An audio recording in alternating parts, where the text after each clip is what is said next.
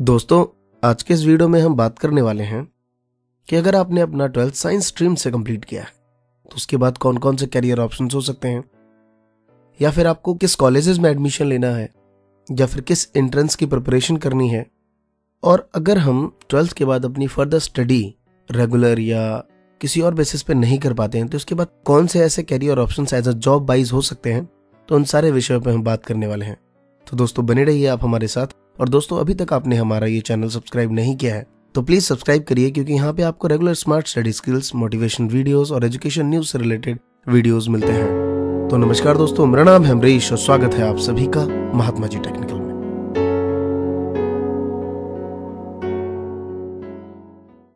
तो दोस्तों, सबसे पहले हम साइंस स्ट्रीम के कोर्सेज को दो पार्ट में डिवाइड कर लेते हैं। एक पीसीएम फिजिक्स केमिस्ट्री मैथ और दूसरा पीसीबी फिजिक्स केमिस्ट्री बायोलॉजी।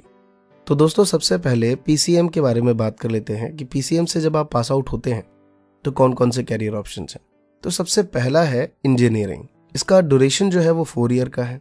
इसमें आप बीई और बीटेक कर सकते हैं और इंजीनियरिंग टाइप्स ऑफ होते हैं। बट उससे पहले हम ये डिसाइड कर लेते हैं इंजीनियरिंग की एडमिशन्स के लिए सबसे पहला स्टूडेंट क्या ट्राई करता है। तो दोस्तों, सबसे पहले वो आईआईटी जेईई की एग्जामिनेशन की प्रिपरेशन करता है, बिकॉज जितने भी आईआईटी कॉलेजेस हैं उसमें जेईई के एंट्रेंस से ही आप उसमें एडमिशन ले पाते हैं। दोस्तों, इंडिया में 23 अप्रूव्ड आईआईटी कॉलेजेस हैं, जिसमें टॉप 5 कुछ कॉलेजेस हैं। IIT Kanpur, IIT Bombay, IIT Madras, IIT Delhi, ये कुछ कॉलेजेस हैं जो रैंक वाइज मैं बात कर रहा हूँ। तो इन सब में या किसी में भी अगर आपको एडमिशन लेना है तो जेईई का एग्जामिनेशन आपको देना पड़ेगा। इसके लिए एलिजिबिलिटी जो क्राइटेरिया है वो है 12th पास होना चाहिए आपका। तो दोस्तों, आप इसमें बीटेक या बीई, फिर उसके बाद एमई एमटेक कर सकते हैं। आगे बीई बीटेक 4 ईयर का कोर्स है, फिर एमई एमटेक आगे 2 ईयर का कोर्स मिलेगा आपको इसमें। और दोस्तों, इंजीनियरिंग भी बहुत टाइप की है, बट कुछ इंजीनियरिंग कोर्सेज जो बहुत फेमस है, जैसे मैकेनिकल है, इलेक्ट्रिक है, सिविल है, केमिकल है, आईटी है, इलेक्ट्रॉनिक्स है, और भी तकरीबन 25 इंजीनियरिंग कोर्सेज हैं इस फील्ड में। आप और भी सर्च कर सकते हैं, बट ये काफ़ी फेमस है थोड़े। तो इन सब में आप अपनी एक्सपर्टीज आगे ले सकते हैं। नॉर्मली आपने सुना होगा कि यार इंजीनियरिंग में तो अब स्कोप ही नहीं है, भूखे मर रहे हैं लोग, पता नहीं कौन है जो अफवाहें फैलाते हैं इतना सारा। अगर ऐसा कुछ हो रहा होता तो इतने सारे स्टूडेंट सिर्फ आईआईटी जेईई के एग्जामिनेशन के लिए हर साल 14 से 15 लाख स्टूडेंट अपीयर होते हैं। उसमें करीबन 80 to 90 या 1 लाख स्टूडेंट या 1,10,000 के करीब स्टूडेंट को एडमिशन मिलता है। ये दुर्भाग्य है इस देश का कि सभी स्टूडेंट को एडमिशन नहीं मिल पाता। क्राइटेरिया ये है कि भाई सीट्स नहीं हो पाती। इसके पीछे मैं ये नहीं मानता कि ज़्यादा स्टूडेंट हैं, क्योंकि जिस माँ के 5 बेटे होंगे तो वो 4 को अनाथ नहीं बना देगी। तो ऐसा नहीं मानता। गवर्नमेंट को इसके रिगार्डिंग कॉलेजेस बनाने चाहिए। ये विषय नहीं है आज हमारा, बट ऐसा नहीं है दोस्तों। सिविल में, आईटी में बहुत डिमांड है इंजीनियर की, बट आप सिर्फ पढ़ने गए थे, कुछ सीखने नहीं गए थे वहाँ, तो आई एम श्योर कि आपको अच्छी जॉब नहीं मिलेगी। और ये हर फील्ड की कहानी है। जो भी फील्ड आपको लगता है कि उसमें बेस्ट जॉब्स हैं, आप मुझे बता दीजिए। उसमें ढेर सारे अनएम्प्लॉयड लोग मिलेंगे, और ये वो मिलेंगे जो सिर्फ करने गए थे, डिग्री ले ली, लेकिन उसके रिगार्डिंग कुछ आता नहीं है, या आता भी नहीं है तो कोशिश भी नहीं करते। तो ऐसा नहीं है दोस्तों कि इंजीनियरिंग की डिमांड नहीं है। चाहे सिविल में हो, किसी में भी हो, मैकेनिकल हो, हर एक की डिमांड बहुत ज्यादा है। अगर आपने पढ़ाई में इंटरेस्ट भले ना लिया हो, थोड़ा बहुत कम ज्यादा चलेगा, लेकिन उसके बाद जो आप इंटरेस्ट ले रहे हैं कि हाँ मुझे अब कुछ करना है, तो ये मोस्ट इंपॉर्टेंट रखता है। तो दोस्तों, ये थी कुछ बातें इंजीनियरिंग के रिगार्डिंग।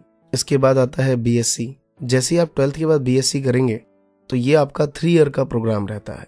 आफ्टर ग्रेजुएशन आप इसमें पोस्ट ग्रेजुएट करेंगे, एमएससी करेंगे, ये 2 ईयर्स का रहेगा। बीएससी आप एग्रीकल्चर से कर सकते हैं, हॉर्टिकल्चर से कर सकते हैं, नर्सरी जिसे कहते हैं कि आप नर्सरी से रिलेटेड उसमें बीएससी कर सकते हैं, आईटी में कर सकते हैं, कंप्यूटर साइंस से कर सकते हैं, मैथमेटिक्स से कर सकते हैं, फिजिक्स से कर सकते हैं, बायोटेक्नोलॉजी से कर सकते हैं, जिसमें आप माइक्रोस्कोप लेके घूमते रहेंगे हमेशा। ये सारे कोर्सेस हैं बीएससी से रिलेटेड। बीएससी में दोस्तों ये बेनिफिट होता है आपका कि आपको अगर अच्छे मार्क्स, आपने गुड स्कोर किया है, तो आपको स्कॉलरशिप मिल सकती है। स्कॉलरशिप के रिगार्डिंग मैं आगे वीडियोस बनाऊंगा कि कहाँ कहाँ से आप स्कॉलरशिप ले सकते हैं। उसके बाद दोस्तों आप बीसीए कर सकते हैं। 3 ईयर का कोर्स है, बट बीसीए से काम नहीं चलेगा। इसके लिए आपको एमसीए करना ही पड़ेगा। उसके बाद कहीं जाके आपको प्राइवेट और as well as government sector में इसमें जॉब मिलेगी, बट मोर अपॉर्चुनिटी आपको इसमें एमएनसी में मिलेगा, क्योंकि बीसीए जब आप कवर करते हैं तो उसमें आपको software developer, computer engineering, project manager, इस टाइप से रिलेटेड आपको वर्क होते हैं। और सॉफ्टवेयर डेवलपर की तो डिमांड है इस टाइम। और आप जानते हैं कि आज के डेट में ग्रोसरी वाले से लेके ज्वेलरी वाले तक सबको ई कॉमर्स में आना है, सबको सॉफ्टवेयर चाहिए, सबको डेवलपर चाहिए। तो बीसीए एक गुड अपॉर्चुनिटी हो सकती है। और दोस्तों बीसीए के लिए जो गवर्नमेंट कॉलेजेस हैं वो ज़्यादातर तमिलनाडु में हैं। Government art and science colleges women, government art colleges for man कृषि नगर, ये ज़्यादातर तमिलनाडु में है। फिर कुछ आंध्र प्रदेश में है, एक कॉलेज जम्मू एंड कश्मीर में भी है। हिमाचल प्रदेश में 2 कॉलेजेस हैं, शहीद captain Bikram Bharat government colleges. Punjab में भी है शहीद उधम सिंह गवर्नमेंट कॉलेजेस। फिर दोस्तों हरियाणा में भी है इंदिरा गांधी गवर्नमेंट कॉलेजेस, तो वो भी बीएससी कराता है। अगर आप दिल्ली और उत्तर प्रदेश में है तो यहाँ पे आपको गवर्नमेंट कॉलेजेस तो नहीं मिल सकते, दिल्ली यूनिवर्सिटी में बीसीए नहीं है। लेकिन अगर हम कुछ कॉलेजेस की बात करें जो टॉप कॉलेजेस में आते हैं बीसीए के रिगार्डिंग, जैसे क्राइस्ट यूनिवर्सिटी हो गई, मदर क्रिश्चियन कॉलेज हो गया, गुरु गोविंद सिंह इंद्रप्रस्थ हो गया, तो आप आईपी के लिए ट्राई कर सकते हैं। दोस्तों अगर आप दिल्ली और एनसीआर में रहते हैं तो आप आईपी यूनिवर्सिटी ट्राई कर सकते हैं, गुरु गोविंद सिंह कॉलेजेस। इसके बाद दोस्त आप बैचलर ऑफ आर्किटेक्चर कर सकते हैं। ये 5 ईयर का एक कोर्स रहता है जिसका मेनली जो वर्क है वो construction of home, building, commercial structures, public utility, ये सारी चीज़ों पे ये काम करते हैं। और हम सभी जानते हैं आर्किटेक्चर में क्या होता है। और दोस्तों इसमें आप अपना खुद का भी स्टार्ट कर सकते हैं। अगर आप designing, creating home, small projects बना सकते हैं, आगे चल के रिसर्च में जा सकते हैं इसमें। क्योंकि आपने देखा होगा जितने भी अभी दुबई में बिल्डिंग्स बनते हैं उसमें BR के ज़्यादातर स्टूडेंट इंडिया से जा रहे हैं वहाँ पे।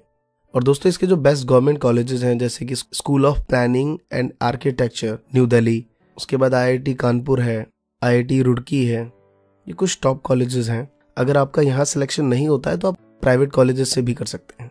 उसके बाद दोस्तों आप कमर्शियल पायलट ट्रेनिंग की कोर्सेज भी कर सकते हैं। अगर आपका ज़्यादा इंटरेस्ट मैथमेटिक्स में है, फिजिक्स और केमिस्ट्री में उतना नहीं है बट आपका बहुत ज़्यादा इंटरेस्ट मैथमेटिक्स में है, तो आप पायलट की ट्रेनिंग ले सकते हैं। और इसके जो कोर्सेज के ड्यूरेशन होते हैं वो 2 to 3 ईयर्स के बीच में होते हैं। और दोस्तों इसके जो टॉप कॉलेजेस हैं जैसे इंदिरा गांधी राष्ट्रीय उड़ान एकेडमी IGRUA, या फिर national flying training institute NFTI, या फिर Madhya Pradesh flying club, Ahmedabad aviation, या फिर बॉम्बे फ्लाई क्लब, बहुत सारे प्राइवेट इंस्टीट्यूट्स भी हैं जो इसकी ट्रेनिंग देते हैं।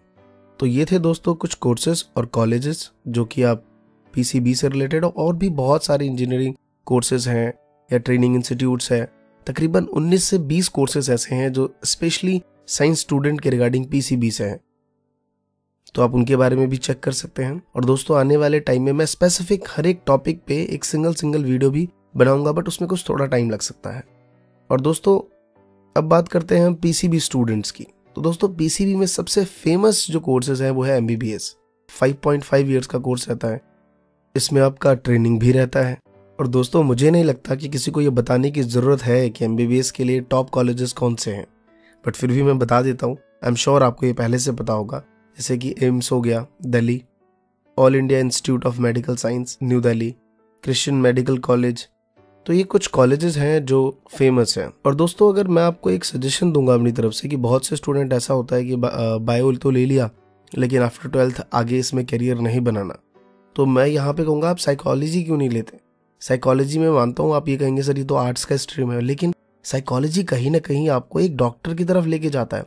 आज के टाइम में इसकी बहुत ज़्यादा डिमांड है, हर बंदा डिप्रेशन में है, रिलेशनशिप कंसल्टेंसी, डिप्रेशन, ये सारी चीज़ों के लिए साइकोलॉजिस्ट की ज़रूरत बहुत ज़्यादा है इंडिया में। मुझे लगता है आगे इसका बहुत बड़ा स्कोप है। तो अगर आप बायो से हैं बट फिर भी आपका इंटरेस्ट नहीं है MBBS में, BDS में, तो आप कहीं ना कहीं साइकोलॉजी से भी आगे बढ़ सकते हैं। और दूसरा है दोस्तों BDS, bachelor of dental surgery. इसका भी कोर्स 5 ईयर्स का रहता है। इसमें तकरीबन 4 ईयर आपका स्टडी रहेगा और 1 and 1.5 ईयर आपका इसमें इंटर्नशिप है। एज कम्पेयर टू बात करूँ तो MBBS से थोड़ा सा ये BDS ईजी रहता है। और दोस्तों मैं आपको एक बात बता दूं कि अगर आप ऐसा सोचते हैं कि यार ये डेंटिस्ट तो दिन भर खाली बैठे रहते हैं, तो मैं आपको बता दूं सबसे ज़्यादा पैसा यही कमाते हैं। तो BDS एक आगे अच्छा स्कोप हो सकता है आपके लिए। और अगर आप दिल्ली के आसपास रहते हैं तो इनप्रेस dental college of hospitality hospital Ghaziabad, ITS college dental science Noida, Hindustan institute of dental science greater Noida, या फिर किसी भी स्टेट में रहते हैं उसके बहुत सारे यहाँ पे। अगर आप आंध्र प्रदेश में है तकरीबन वहाँ पे 20 कॉलेजेस हैं। अगर आप बिहार से हैं तो पटना डेंटल कॉलेज है, छत्तीसगढ़ से हैं तो गवर्नमेंट डेंटल कॉलेज रायपुर है। हरियाणा में post graduate institute of dental science Rohtak. और सबसे ज़्यादा कॉलेजेस केरल और कर्नाटक में हैं इसके, तकरीबन 25 से 30 कॉलेजेस गवर्नमेंट कॉलेजेस हैं। मध्य प्रदेश में भी है college of dental science and hospital Rau, Bhopal college of dentist. Maharashtra से है तो government dental college of hospitality. और ये मैं कुछ एक आध नेम बता रहा हूँ आपको, इन सब में तकरीबन बहुत सारे कॉलेजेस हैं जो कि गवर्नमेंट से हैं, एफिलेटेड हैं, और as well as private colleges भी है। बट मैं ज़्यादा आपको कहूँगा कि पहले तो आप गवर्नमेंट कॉलेजेस की ट्राई करिए। उसके बाद दोस्तों आप फार्मेसी में जा सकते हैं, डी फार्मा कर सकते हैं, ये भी आप आफ्टर 12th कर सकते हैं। बी फार्मा कर सकते हैं। मेडिसिन के सेक्टर में आप अगर रिसर्च में जाना चाहते हैं तो बी फार्मा प्लस MBA कर सकते हैं, क्योंकि इसमें मार्केटिंग स्ट्रैटेजी होनी चाहिए। काफ़ी पैसा है आजकल मेडिसिन लाइन में, जितना आप मार्केटिंग में जाएंगे। तो साथ में अगर आप बी फार्मा प्लस MBA कर लेते हैं आगे चल के, तो लॉट्स ऑफ स्कोप है आपके सामने, और मुझे लगता है काफ़ी ज़्यादा अपॉर्चुनिटी है इस फील्ड में। इसके बाद आप B.Ed कर सकते हैं, चाहे वो PCB से हो, PCM से हो, तो आप B.Ed कर सकते हैं। टीचर ट्रेनिंग कोर्सेज कर सकते हैं, और बाकी वो सारे कोर्सेज कर सकते हैं जो मैंने कॉमर्स और आर्ट स्ट्रीम के लिए बनाया हुआ है। उसका लिंक मैं नीचे डिस्क्रिप्शन में और ऊपर आई बटन में भी दे रहा हूँ, तो आप यहाँ पे क्लिक करके ये दोनों वीडियोस देख सकते हैं कि कौन कौन से कोर्सेज हैं जो आप उसमें भी कर सकते हैं। और दोस्तों इसके बाद अगर आप चाहते हैं कि नहीं आफ्टर 12th मुझे जॉब करना है या कुछ ऐसे कोर्सेज करने हैं जिसके बाद मैं एक अच्छी जॉब ले सकूं, तो मैंने ऊपर बताया था आपको एयर होस्टिंग ट्रेनिंग के बारे में, वहाँ से आप कर सकते हैं। इवेंट मैनेजमेंट कर सकते हैं, हॉस्पिटैलिटी डिप्लोमा कोर्सेज कर सकते हैं, लॉ में जा सकते हैं, ग्राफिक्स कर सकते हैं, डिज़ाइनिंग में जा सकते हैं, मास कम्युनिकेशंस में जा सकते हैं। ये सारी बातें मैंने BA और BCom से रिलेटेड वीडियोस में मैंने बनाई हुई हैं, ऊपर आई बटन में आपको दे रहा हूँ मैं। तो ये सारे कोर्सेज करके आप आफ्टर 12th एक अच्छी जॉब परस्यू कर सकते हैं।